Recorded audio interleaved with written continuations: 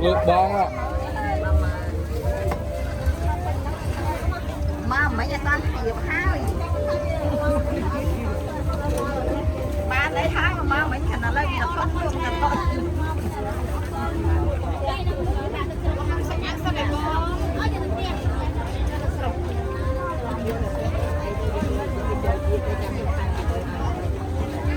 Ôn này nhâm ai ôn, nó đỏ đi cô vậy ôn. Bọc không sao này bơ. Bọc không là không ôn mà. Nhâm ai bông, đi công sao này bông.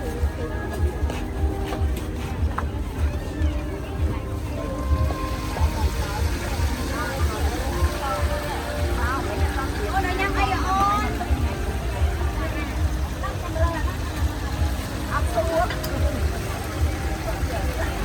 Ôi nhang ai ôn đi cô vậy ôn. Đi cô được không bảo chị ôn. Bỏ cho con như nào đi khám sức.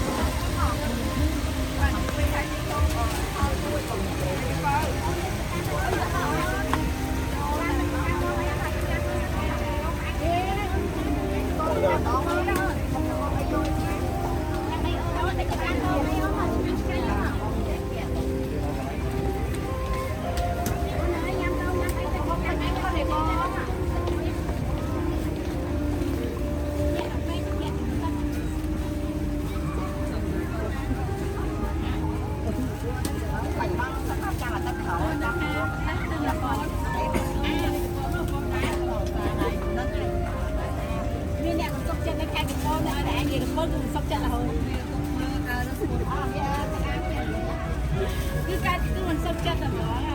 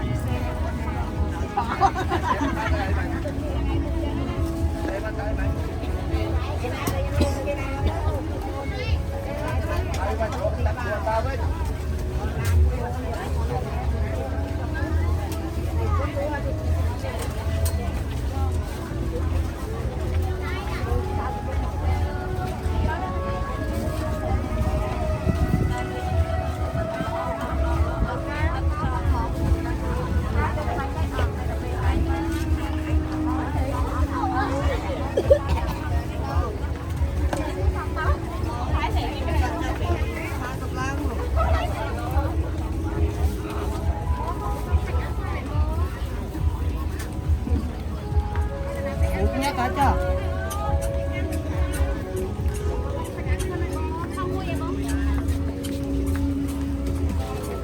Ngon bị cơm chắc quá.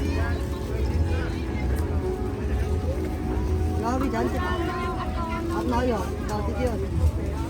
Con ơi, nhà biết sao này con? Đâu này? Bọc là con phải ăn sao này con mà? Con là con. Ngon bị cơm xa ha sắp lá rồi.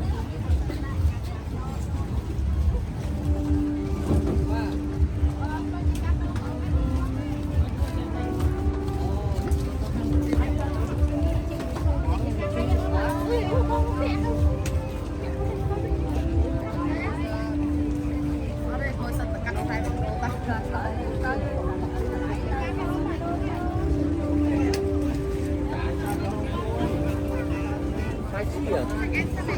Con để phai chi.